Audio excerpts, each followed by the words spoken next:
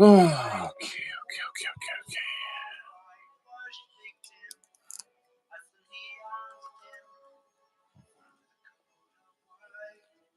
Today is the day that I will be doing a lot of architectural drawing. I have this. If you guys know what CERN is, this is kind of like my version of CERN for this story.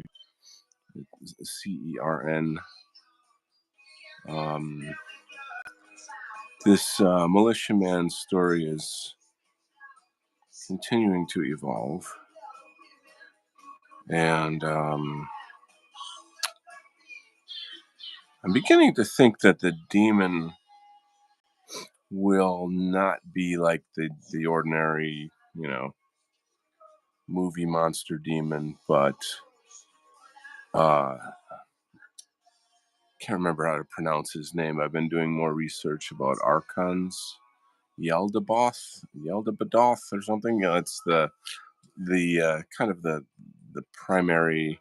It's like the king of the archons, the architect, the demiurge. I think that would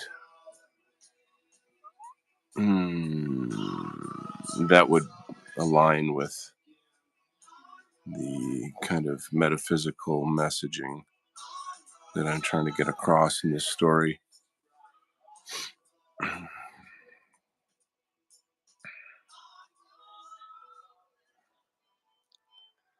Say, there's always one thing you can depend on is disappointment.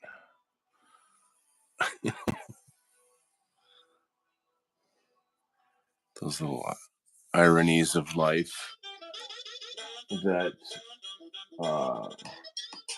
seem to have their own reality.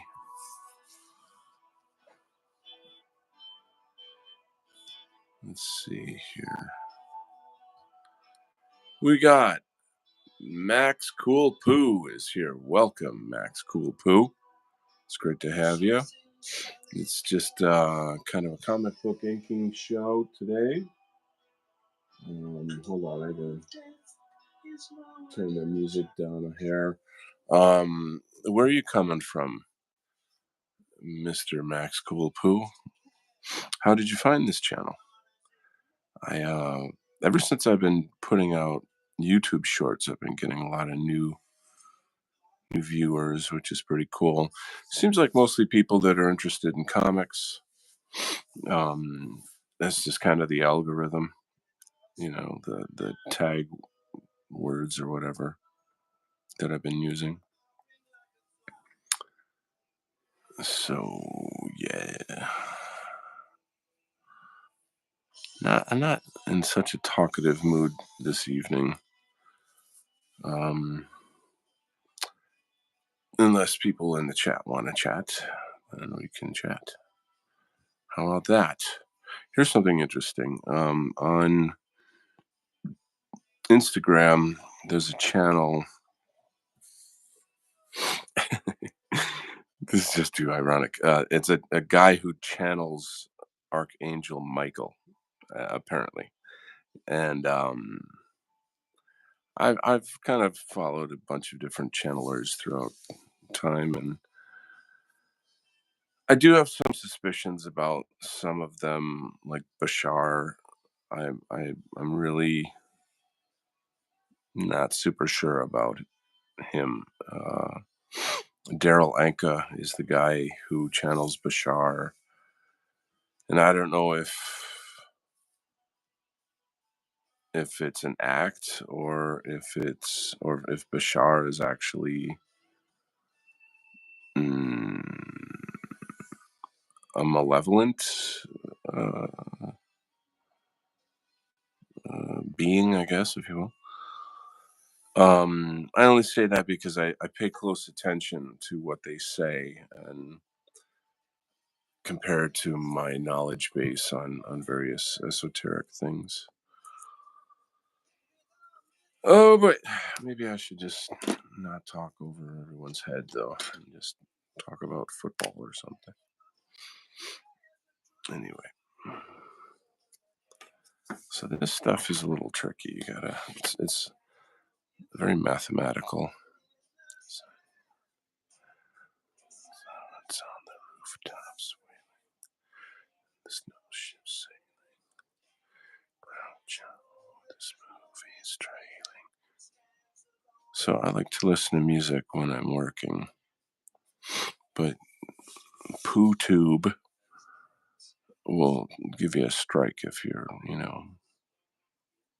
playing music that's copyrighted. And it's not like these bands don't make enough millions of dollars that some dude can't play the music on his YouTube channel in the background while he's talking, even. But anyway,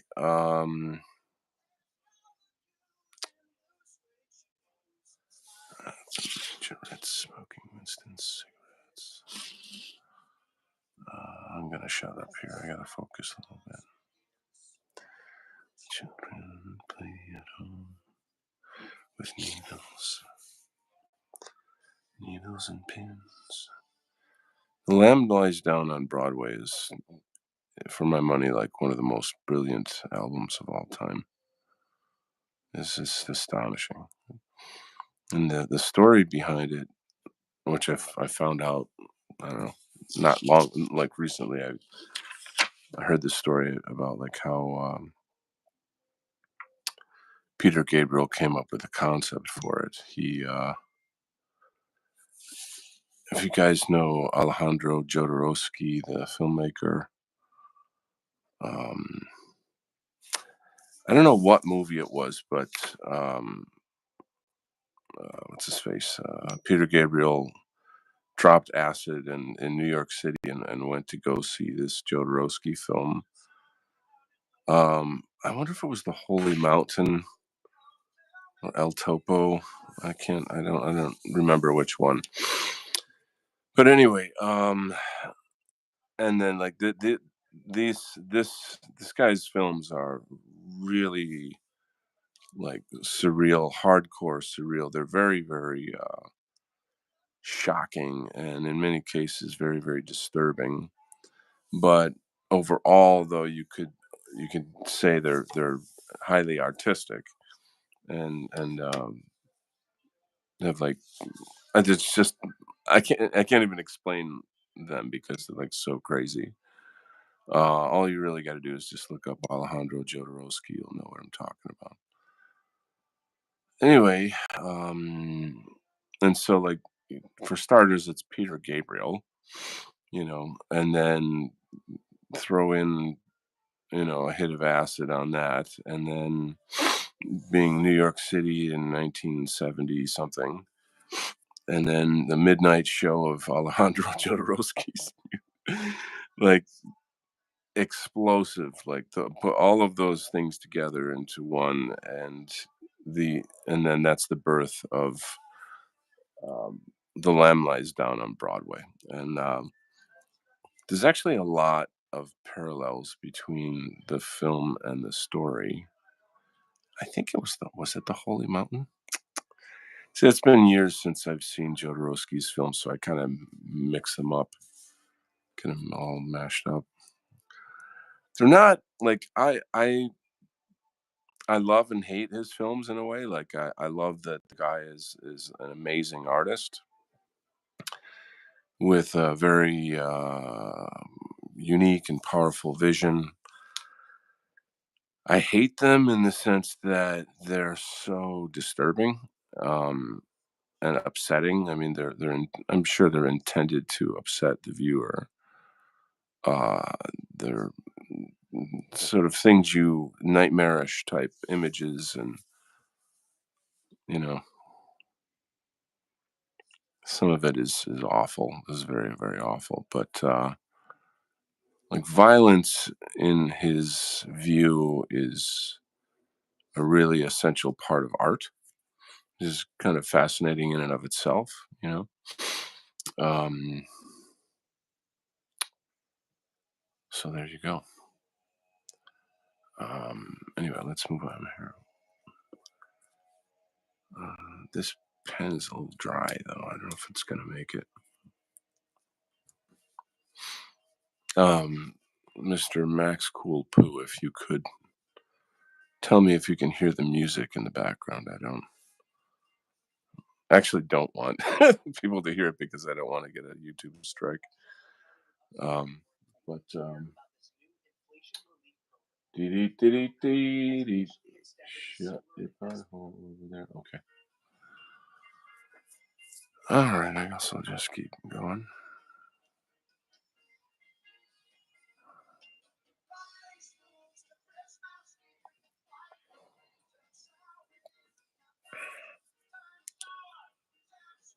So Jodorowsky was supposed to direct Dune, the first Dune. What's his face?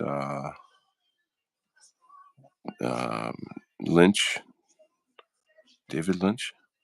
He got the job. But anyway, Jodorowsky did comics. See, I told you, man, don't poo-poo comics. With a French artist, Jean Girard, and I've got this chip on my shoulder about like proving somehow or stating or standing up for the fact that comics are an art form, And I always say it's comics are film on paper and all this stuff. Now, there's another thing about it too, is that like I could, hey, Hippocratic Oath, whole internet amigos. The music in the background is not clear. Okay, so it's really just for me, so I can kind of enjoy doing my work here. I don't want YouTube to give me a slap on the wrist, so that's okay. Hippocratic Oath. Do you know who Alejandro Jodorowsky is? The filmmaker and comic book writer. He wrote a series called the Incal, Incal. What was the other one? The Meta Barons. Like European comics are just a whole other thing, and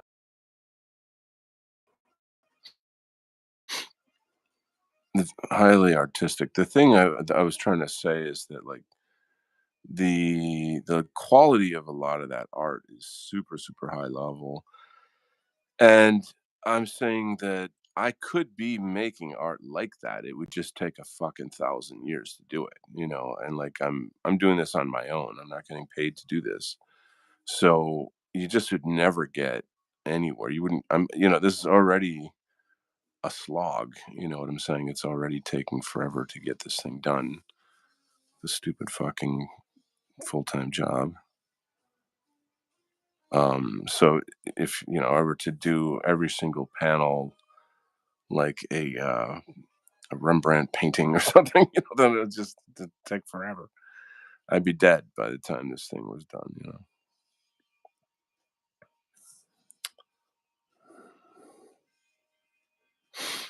Anyway.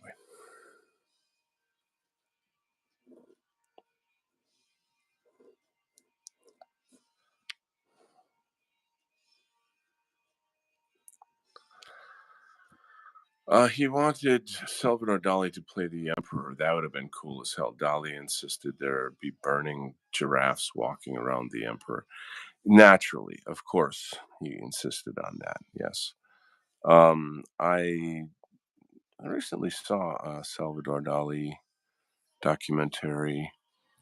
I think that most people don't understand or don't know that it was his wife that I don't want to say made him, but like she's essentially his agent, and like I don't know that the world would ever have known Salvador Dali without her kind of business. I don't know what to call it. Like the fact that she got him out there in the world and sold his paintings and you know blah blah blah blah blah all that shit. So that's the thing about artists is that like on our own. We're you know, we just do the work, but it's kind of like you need somebody to help you to sell your fucking work. I like to swear. It feels good. Makes me feel powerful. Oh man.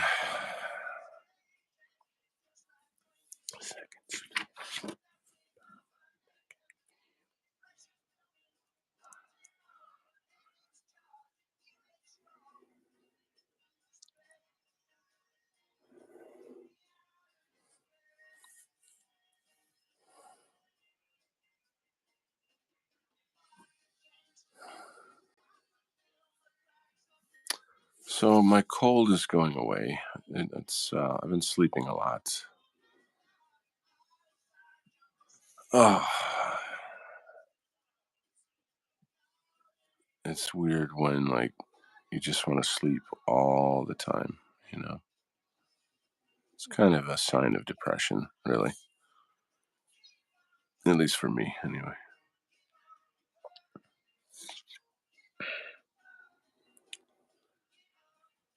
Oh.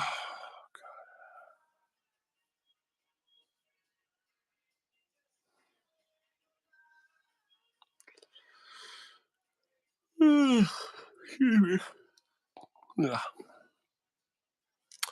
So, who would remember Mozart without Constanza collecting his music and publishing it? A good wife can make the difference. Oh, Jesus, I wish I had one. Yeah, I wish I had one, bro. A woman can make or break a man.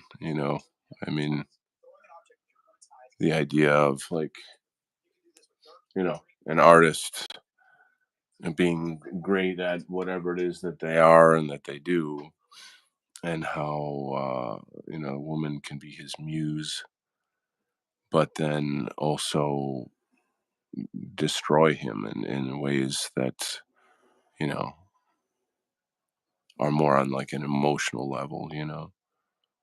Um, like my ex. But that's another thing. You can't be like, oh, she destroyed me. You just grab your bootstraps and stand up and keep going. Easier said than done, but yeah. Anyway,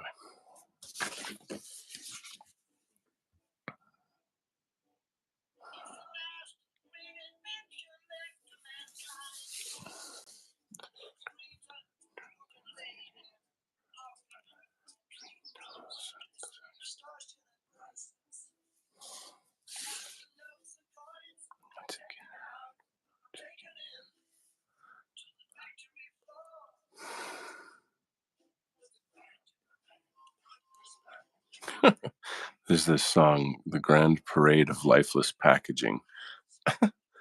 It's one of my favorite songs on "The Lamb Lies Down" on Broadway, and it's just that like the notion of like human beings as commodity, as commodities, and it's of course it's disturbing, and it's meant to be a spoof.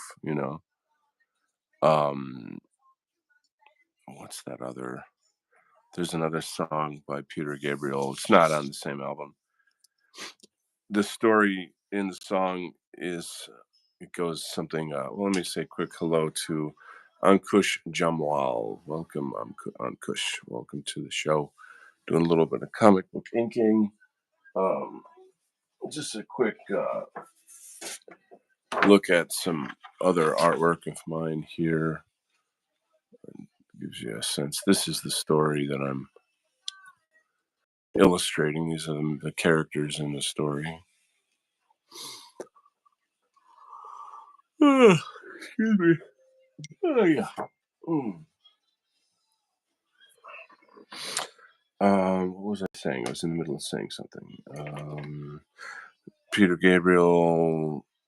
Anyway, the story in this song is it's about how the central control of the a country or whatever is going to make people shorter so that they can fit twice as many people into apartment complexes in order to double up on space or whatever to make it more efficient, to make society more efficient. And it's just so it's like comical but dark as hell. The idea of like central command has decided that we're going to make people shorter so that we can fit twice as many in the building complex. Pretty yeah, not horribly different from a lot of the transhumanist type shit that we hear. you know um Hackable animals. So yeah, I keep hearing more and more that people are just believing that like Trump is gonna win. And but weirdly, the tone of it is like it's almost like we're not gonna fight it. We're gonna let him win so that we can just get the cooperation of the public to continue with our boiling the frog, slippery, sneaky globalist agenda shit, and that somehow Trump is not smart enough to, you know that or figure that out. And I don't know that he is. I don't know that I trust that he is really, um, not. It's tricky. I don't have like total confidence in him. Oh shit. Um, Are we still here? Sounds Mayan. Royalty ate meat from hunting, and the peasants ate grain, and there was a divergence in height. Nothing changes. Ugh, gee, wow, that's an interesting point. I can remember when I was in Asia, in like places like Japan and Taiwan, there was a notable difference in height between the younger generations and like the grandparents' generation. It was so short, like super short. And I think I even asked somebody at one point, like, what's the deal here? Why are the grandparents all like, 5 feet or whatever? And then da da da. And somebody was just saying, like, with more meat in the diet, that we had more, the economy was better, and just had more protein and milk and or whatever. So I think maybe some of the Western food might have come in. I don't know, but that opens a floodgate of like Japan stories and Taiwan stories.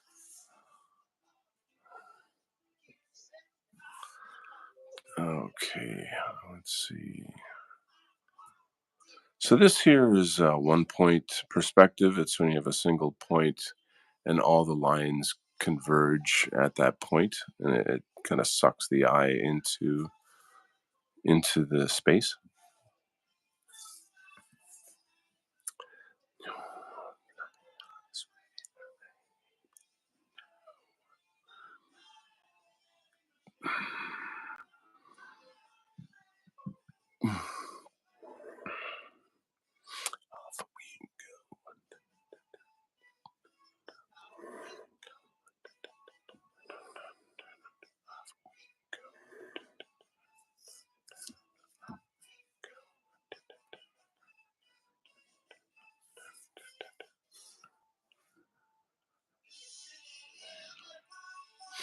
But it's too bad there aren't more bands like the original Genesis, that treat music like theater and are much, much more imaginative and artistic.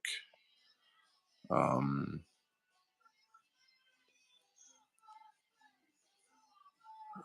you gotta have the right kind of guy for that type of work, though. Like Peter Gabriel is one of a kind. Um, no, I'm, what's his face? Phil Collins is, I don't dislike him, but he's not Peter Gabriel. I mean, he's just his own guy. He's just different. And I don't like the commercial stuff all that much.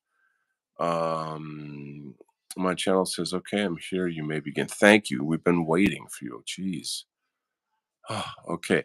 Ivan Kamyan is here. Can you turn your camera on? Screen is black. My camera is on, bro. Um, I don't know what to tell you, buddy. Oh, it seems is my potato internet connection. Potato internet. Are you from Russia, brother? Great to have you. Thank you so much for joining my show. It's good to have you here. It's always great to have some new friends coming. I'll give you a little peek at some of my artwork I was showing earlier. This is the this is the story of the characters in this story that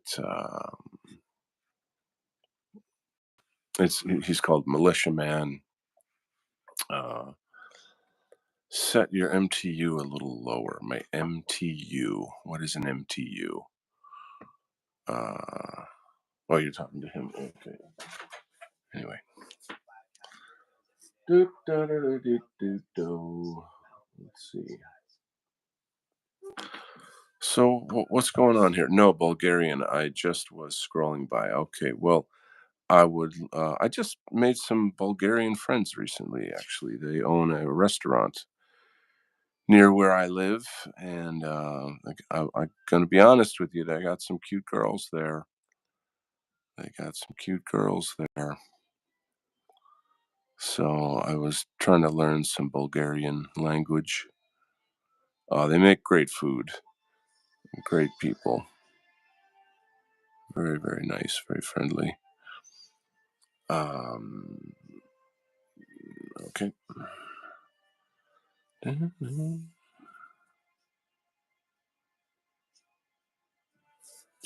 Uh,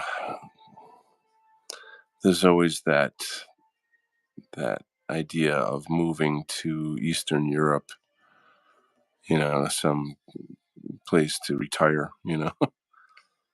um, I feel like I would like Romania. Hmm, kind of interested in Macedonia.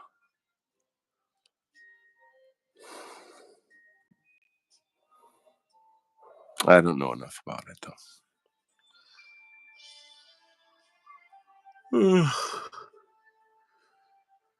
Excuse me, a friend of mine is talking about retiring in Portugal, but I see all the problems they have with their African illegal migrants there. And it's no different than any other place in Europe with that invasion crisis. So it just seems like Eastern Europe doesn't have that, to my knowledge. Portugal is oversold. Interesting.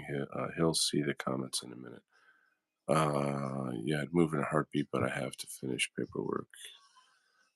So you tried some good rakia. Well, it's not Bulgarian food, unfortunately. It's just American food, but it's like a Bulgarian family that bought a restaurant space, and I noticed that they look different and they have accents, and I'm like, "Do you guys mind telling me where you're from?" And I said, "Bulgaria." And then I was, "Oh, that's awesome, great, cool. Tell me more about your culture." And uh, I'm interested in learning about other cultures, and so I think they were just really excited that I cared, and I was trying to learn some of their words, and I can't remember the words. Apparently, I can pronounce them well, but I don't know what they mean. It's more or less just having some fun. You know.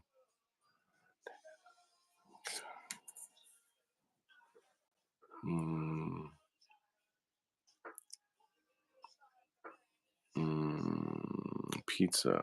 Rakia is like vodka. Ooh, that I would like to try. Now you're talking. Um, Bulgarian vodka. Wow, sounds nice. Hippocratic Oath cannibals are being escorted by our Coast Guard to Florida. They're about to find out a new culture. Oh, Jesus. Um, fucking dude, man. Oh, I just saw a report. It's basically a sheriff in Ohio who's like the head of the sheriff organization or whatever, and he of all of Ohio.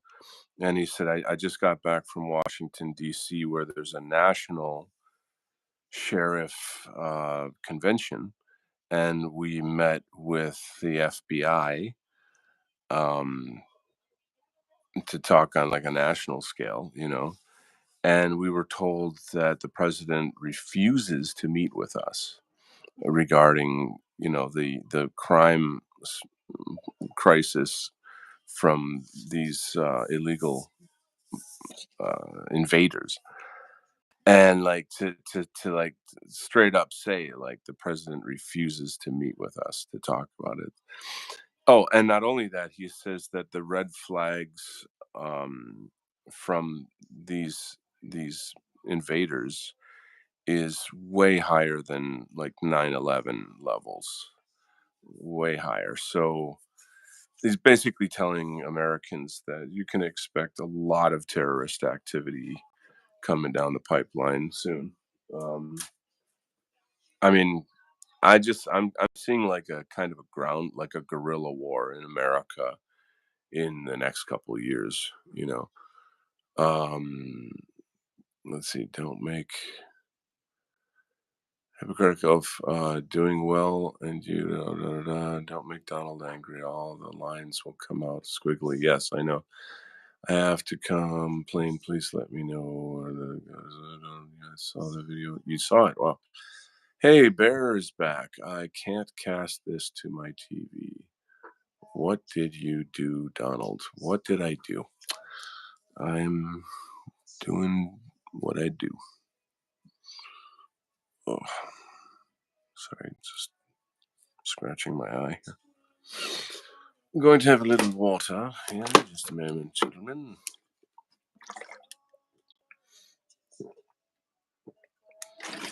You got to stay hydrated for the end of the world. Oh, okay, what is the score? Come on. Oh man, the fucking commercials like literally every 60 seconds. So annoying. But moving on.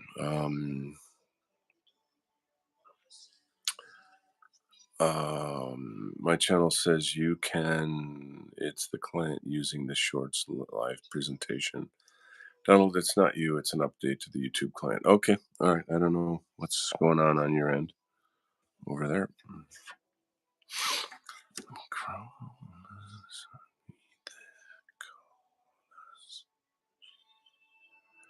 Gotta get in to get out. Gotta get in to get out. Mm-hmm. To get out. Mm-hmm.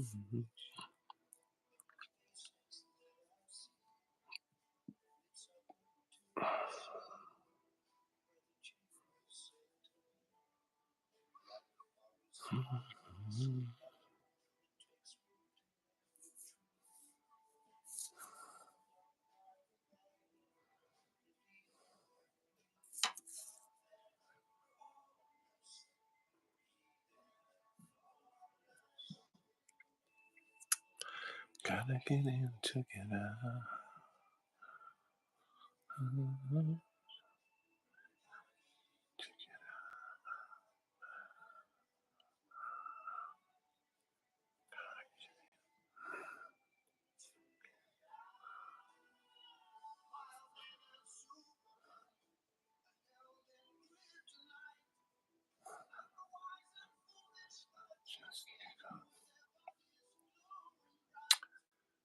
Okay, I watched that vid you posted about Yaldabaoth. Yeah, Yaldabaoth.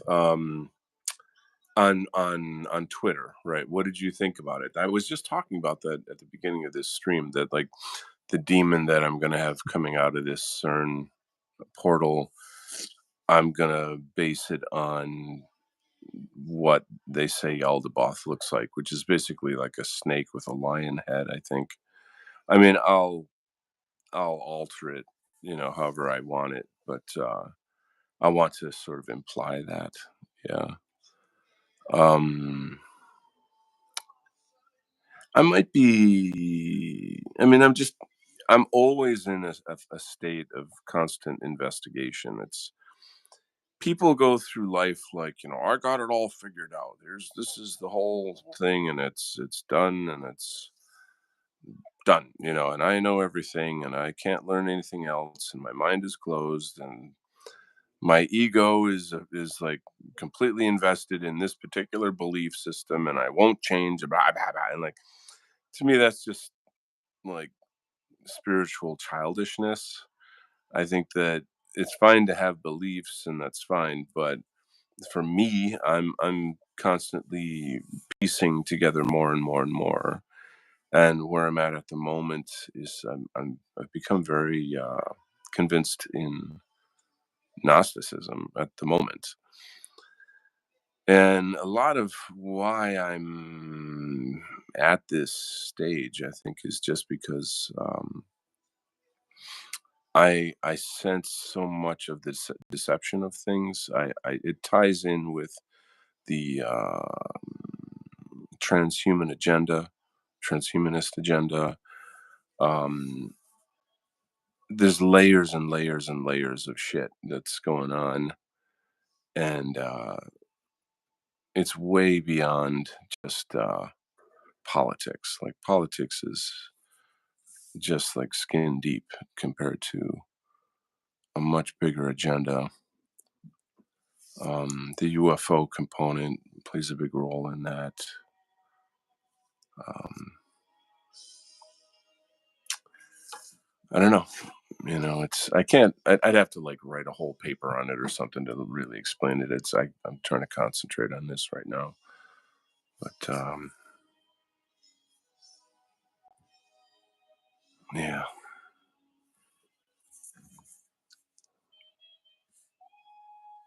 Mm. Grab his YouTube client. There's an option. Okay.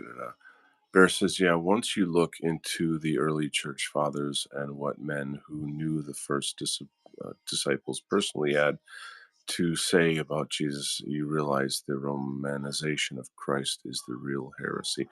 Yeah, Christians, it's very offensive to them because their whole cultural identity and all of that there is completely invested in that sort of, you know what you might call church Christianity, but um, I just don't believe that's the true message of Christ. I'm sure that there's huge overlaps, but my thinking is more along the lines of how can I put it? Not that Christ isn't Christ, but rather that. hmm, Why do I paint myself into corners like this? Um, that in a sense we must become Christs ourselves, I guess. And I know straight out of the gate that's like, oh, burn him at the stake for saying that. I know what people will say, but I think that to me that just the word Christ is more like a force, or a state of consciousness. Um, People aren't going to jive with this very well, but to me, Christ is a Buddha.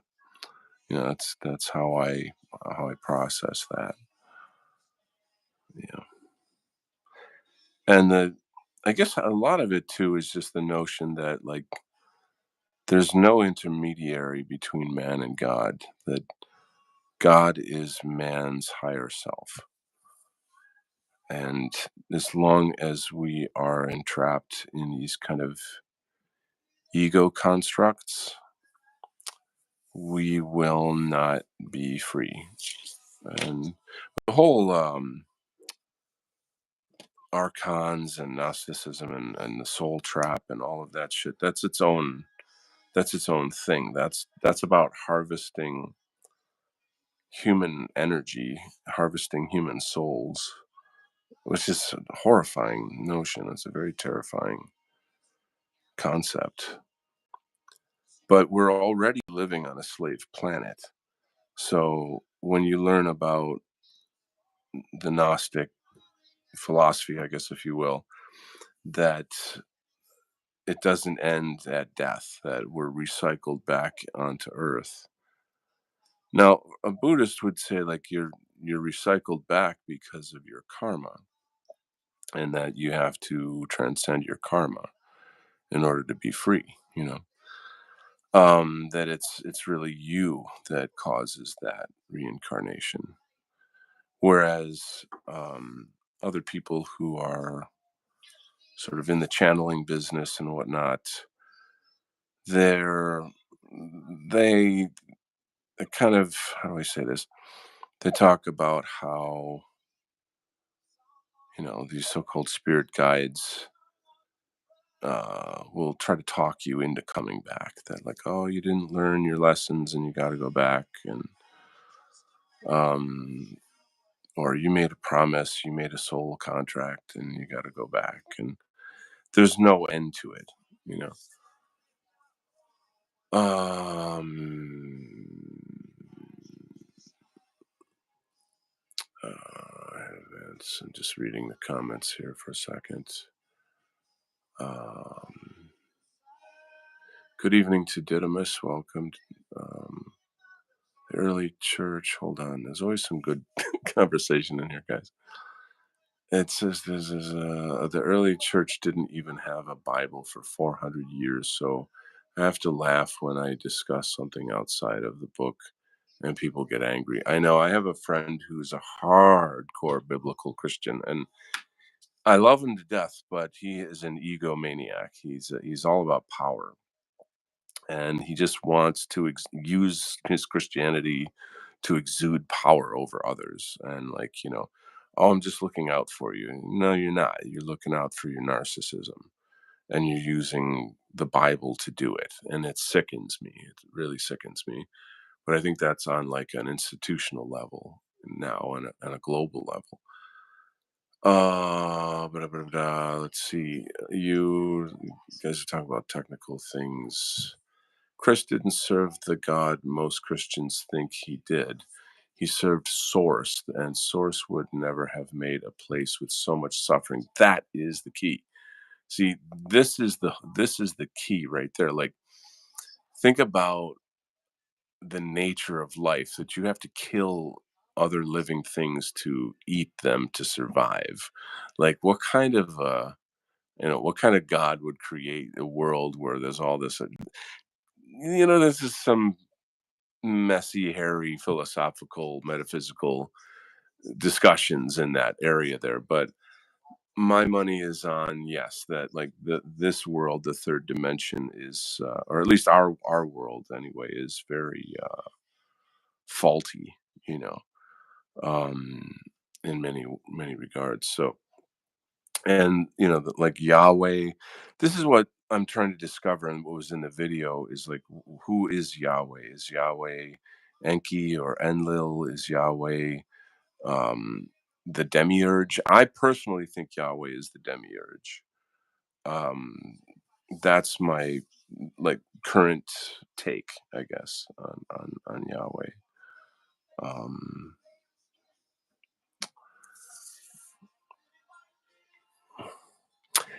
it's This is kind of the thing about, like, okay, look at the term system of thought.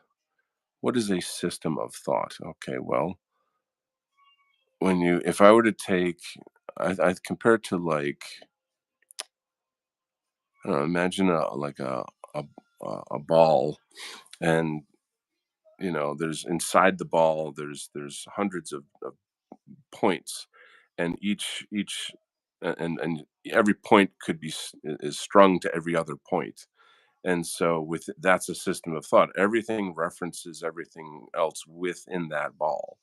And therefore, if you're inside of it, you perceive it as a totality and as like the complete truth, because everything within that system is self-referencing, and therefore it's an illusion of truth.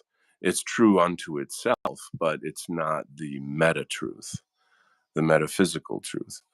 um and you can just go on and on and on about, like, oh, this verse says that, and that verse says that, and on and on. And I think one of the biggest break off points for me was the notion that, like, why are Europeans worshiping a Jew? Why are Europeans, you know, uh, practicing like a Jewish desert religion from so long ago? Like that's the starting point when I'm like, what the fuck?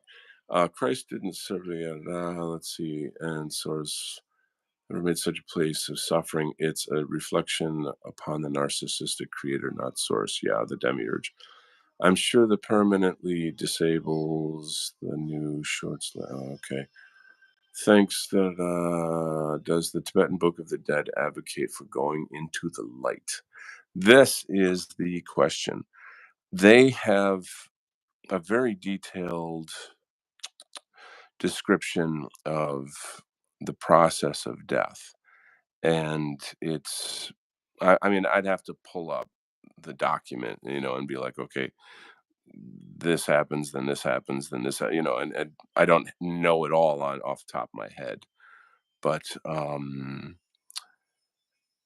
I would say no. I think that there's definitely experiences where you go through different fogs and different lights, um from, as a sort of a, if you're a Tibetan monk and you practice dying, so that when you do die, you use your practice of dying to escape reincarnation. That's essentially the whole goal of Buddhism, is to escape reincarnation. um which says a lot. um I think that they refer to these different lights as, like, there's no I haven't read anything regarding, like, tunnels, like a tunnel of light that you hear about.